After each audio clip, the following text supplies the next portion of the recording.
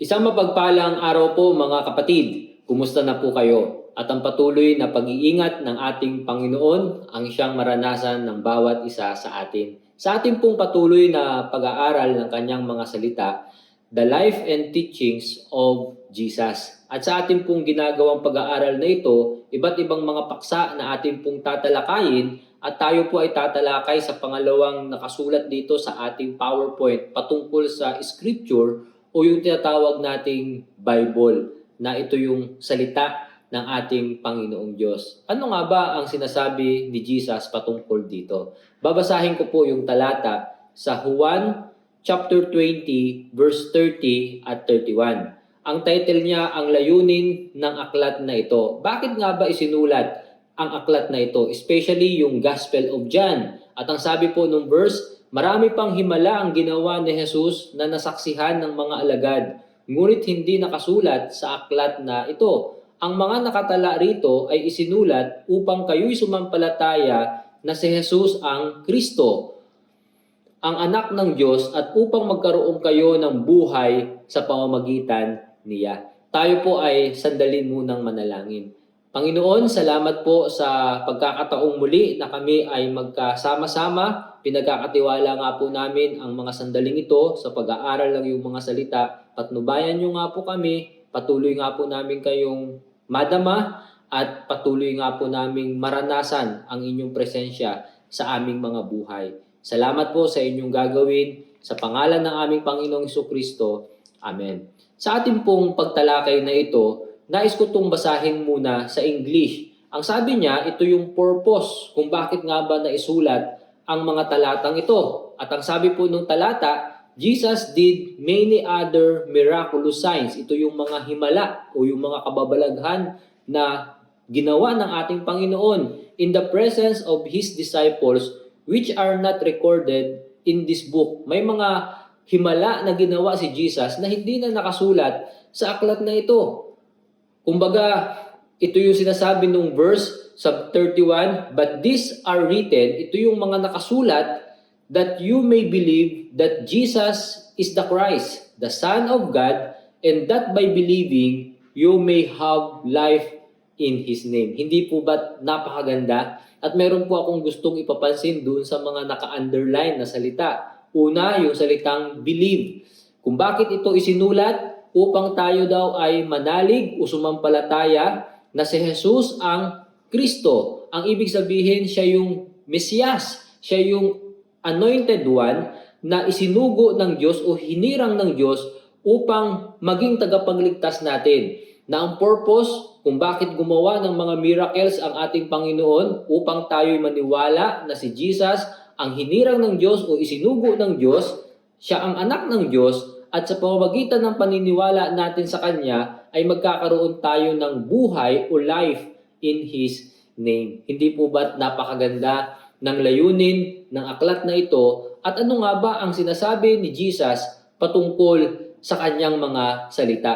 Kaya nga kung ating pong papansinin sa panimula ng ating pag-aaral, ang sabi naman sa 2 Timothy chapter 3 verse 15 ay ganito, mula pa sa pagkabata, alam mo nang ang banal na kasulatan ay nagtuturo ng daan ng kaligtasan. Tandaan po natin na ang pangunahing layunin nito ay upang ituro ang daan ng kaligtasan sa pamamagitan ng pananalig kay Kristo Jesus. Hindi po ba't napakaliwanag ng layunin ng Bible, ang salita ng Diyos, na tayo ay tinuturuan patungkol sa ating kaligtasan. Kapag sinabi po nating kaligtasan, kung tayo'y namatay, siyempre ang pinakamaganda ay matiyak natin na sa langit tayo pupunta. At yun ang ibig sabihin po ng kaligtasan, na tayo ay pwedeng makatiyak na sa langit tayo pupunta. At ito ay sa pamamagitan ng alin po? Pananalig kay Kristo Jesus. Maliwanag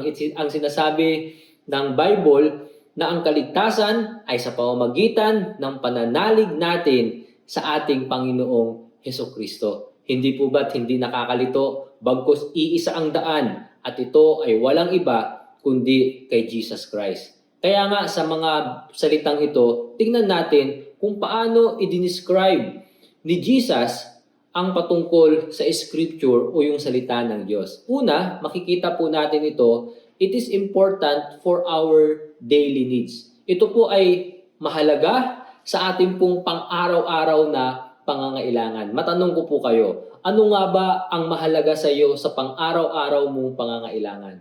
Sabi ng iba, cellphone. Para bang hindi na nabubuhay ng walang gadget. Pero kung ating pong titignan, ito ay higit pa roon eh. Pansinin natin sa Matthew chapter 4 verse 4 kung paano i-describe ni Jesus ang kahalagahan ng salita ng Diyos. Ngunit sumagot si Jesus, nasusulat, ang tao'y hindi lamang sa tinapay nabubuhay, kundi sa bawat salitang nagmumula sa bibig ng Diyos. Hindi po ba't napakaganda at napakahalaga ng kanyang mga salita? Kung paano ang tinapay, ito yung generic term sa pagkain. Siyempre, pagkain, may kasama ng tubig o inumin yan. Na ang sinasabi niya ngayon dito ng tao ay hindi lamang nabubuhay sa material na bagay o sa physical na bagay katulad ng pagkain. Totoo, kailangan nating kumain para tayo ay mabuhay.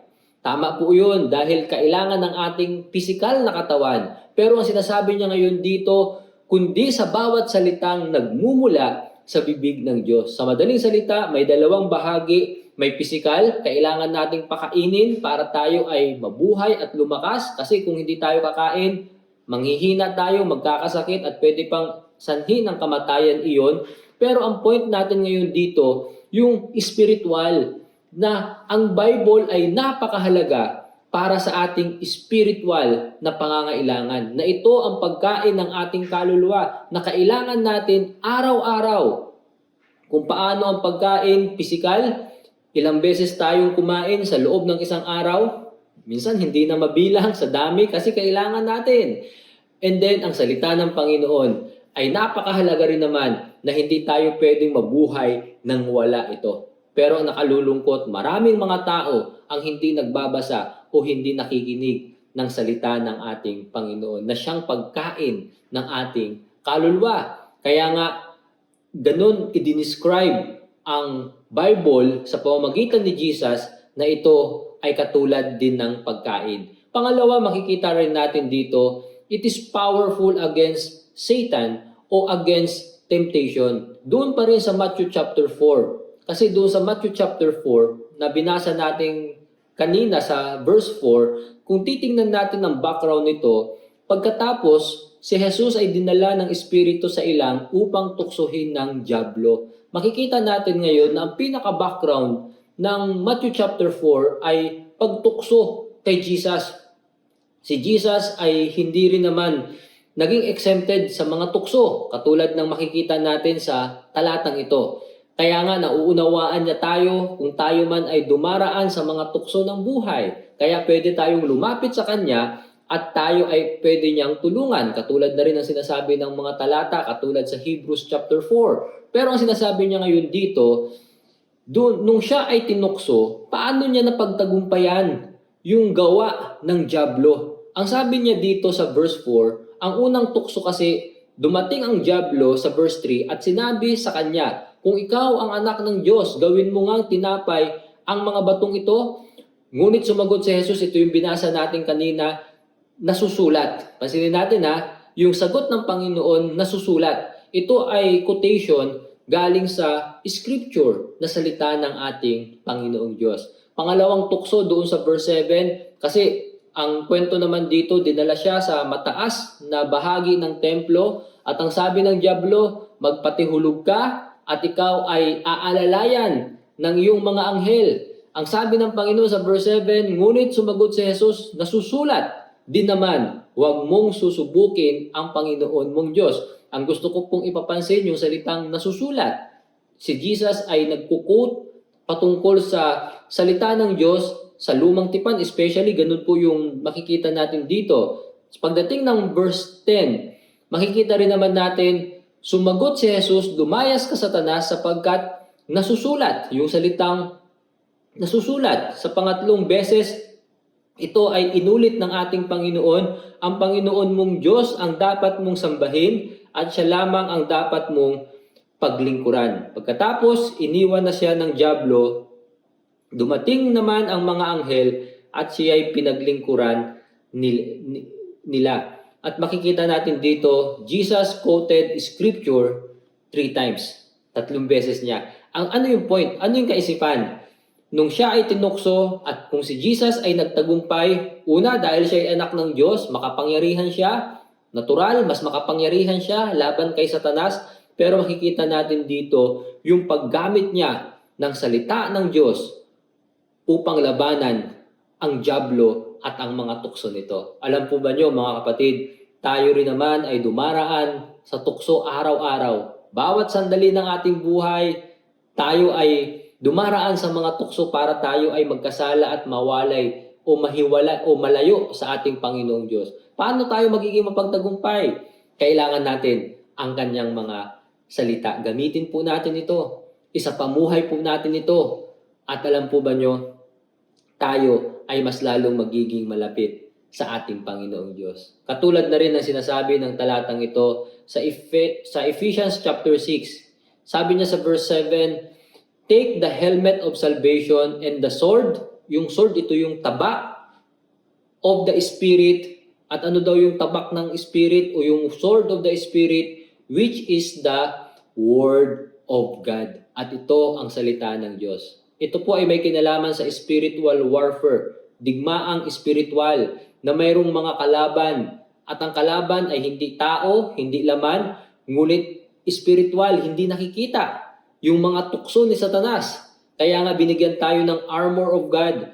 Mayroon tayong mga sandata na pwedeng gamitin, katulad ng pananampalataya, at ang sinasabi niya ngayon dito yung tabak. At ito po ang salita ng Diyos. Espada na kung saan napakahalaga upang tayo ngayon ay maging mapagtagumpay. Kung itutuloy pa po natin yung pagbasa sa Hebrews chapter 4 verse 12, ang salita ng Diyos, pansinin po natin, no? Ang salita ng Diyos ay buhay at mabisa, mas matalas kaysa alinmang tabak na magkabilay may talim. Kumbaga, ito yung double-edged sword na ang sinasabi ng verse na yan. Ito'y tumatagos maging sa kaibuturan ng kaluluwa at espiritu ng mga kasukasuan at buto at nakakaalam ng mga iniisip at binabalak ng tao. Ganun po makapangyarihan ang kanyang mga salita. Kaya nga pwede natin itong gamitin panlaban sa mga tuksot kasalanan upang tayo po ay patuloy na magiging mapagtagumpay. Siyempre, kailangan natin itong basahin, unawain, at isapamuhay po natin ang kanyang mga salita. Paano pa nga ba i-describe ni Jesus ang scripture o yung God's Word? Tingnan po natin ito sa pangatlong kaisipan. It is like a seed that grows in our heart. Ito po ay nahalintulad sa seed o binhi na tumutubo o na ihahasik sa ating mga puso at tumutubo sa ating mga buhay. Tingnan po natin yung talata sa Mark chapter 4. Ito po ay may kinalaman sa parable of the sower o yung talinghaga ng maghahasik. Actually, ang talinghagang ito ay 3 beses na binanggit sa Matthew, sa Mark at sa Luke. Makikita natin ang kwento ng talinghaga ng ating Panginoon.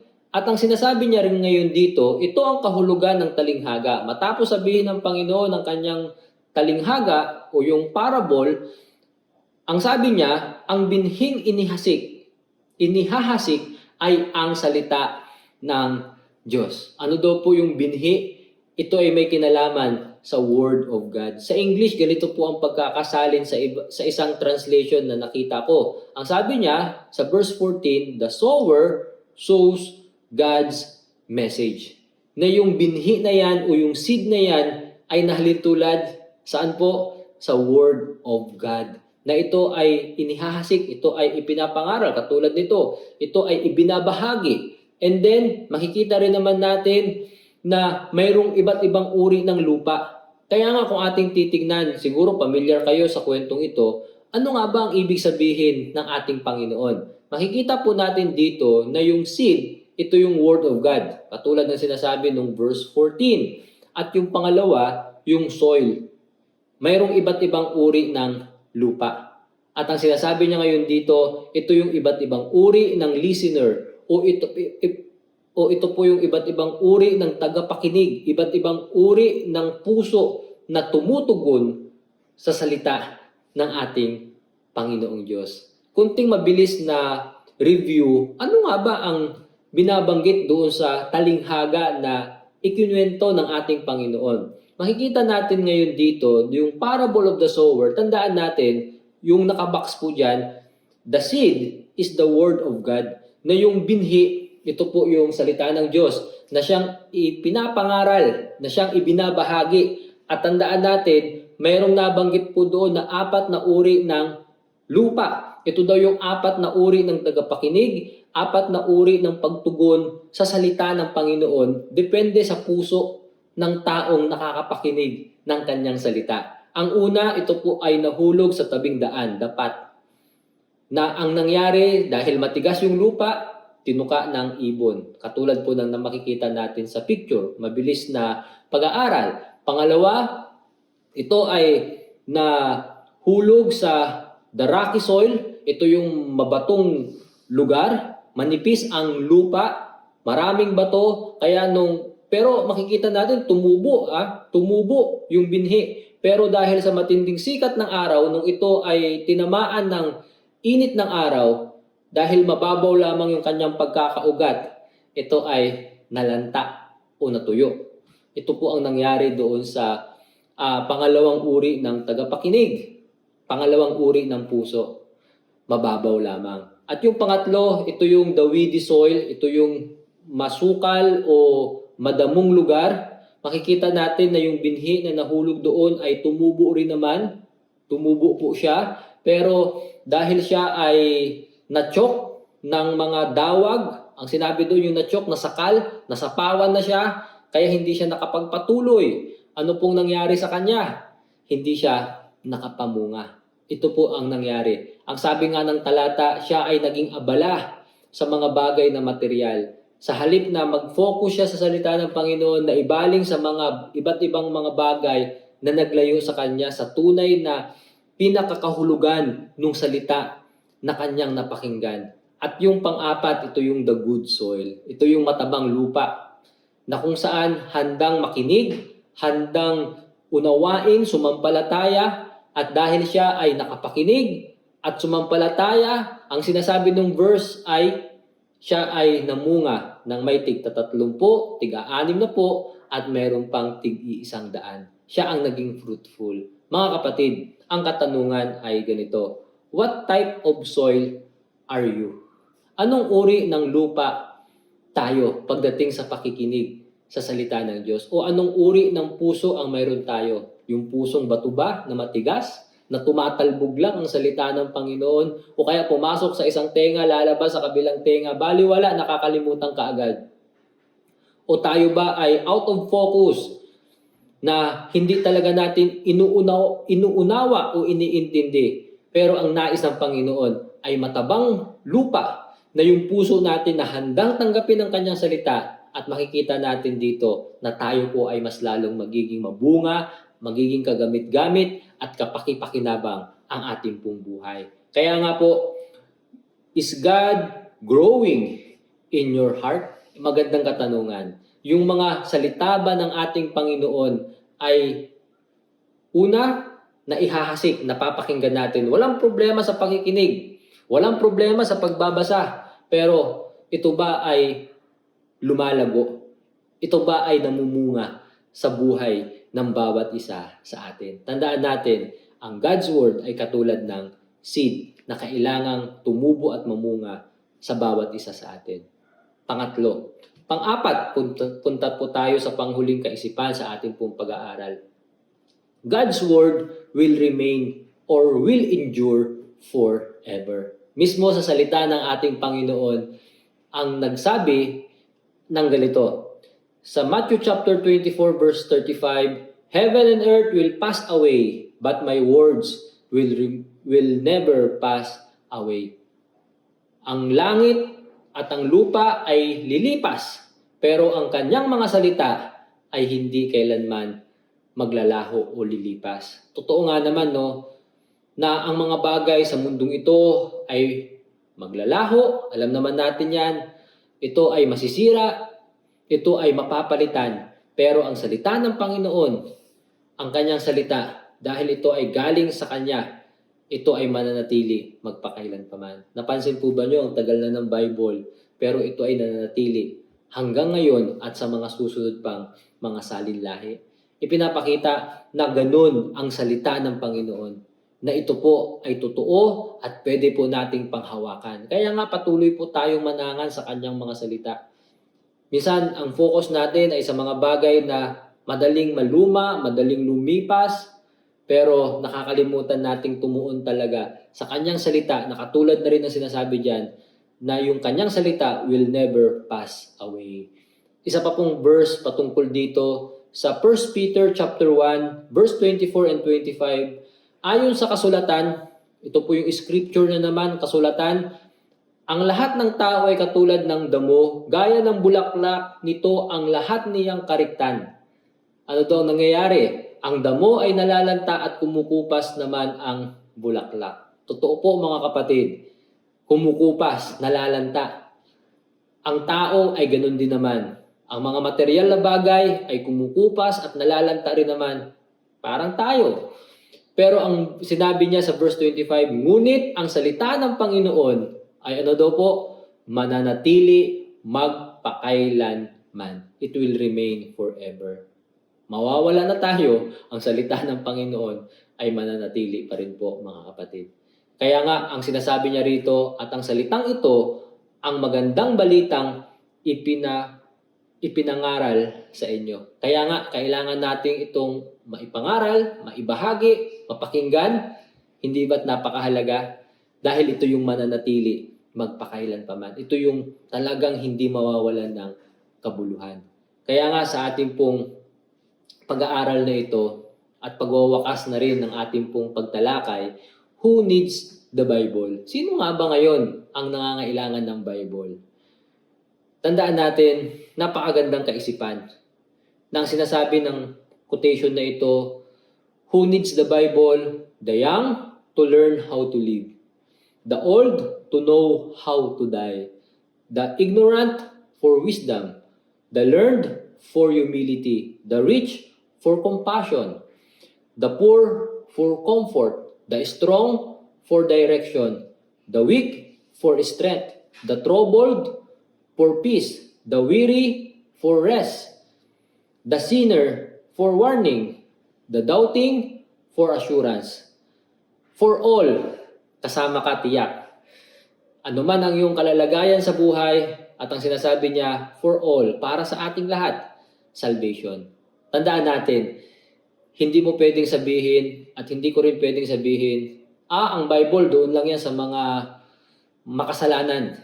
Hindi po. Para sa atin lahat ito. Ano man ang ating kalalagayan, sino ka man, ano ka man, tandaan natin, ang Bible ay para sa bawat isa, katulad ko, katulad mo, at ito ay applicable sa bawat isa sa atin. Sana natutunan natin ito kung gaano kahalaga at pahalagahan natin. Hindi lang sana natin malaman, oo nga mahalaga ang Bible, pero ang magandang tanong, pinapahalagahan ko ba ang kanyang mga salita? Tayo po ay magwakas sa panalangin. Ama naming Diyos, marami pong salamat sa pagkakataong muli na kami ay makapag-aral ng iyong mga salita.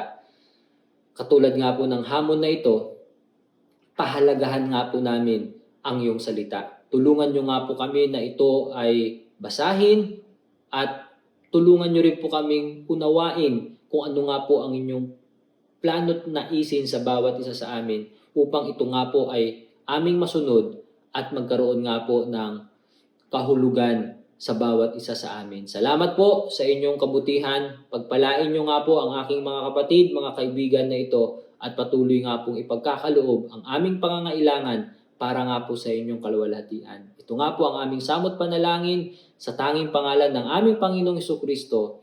Amen at amen. God bless you all po.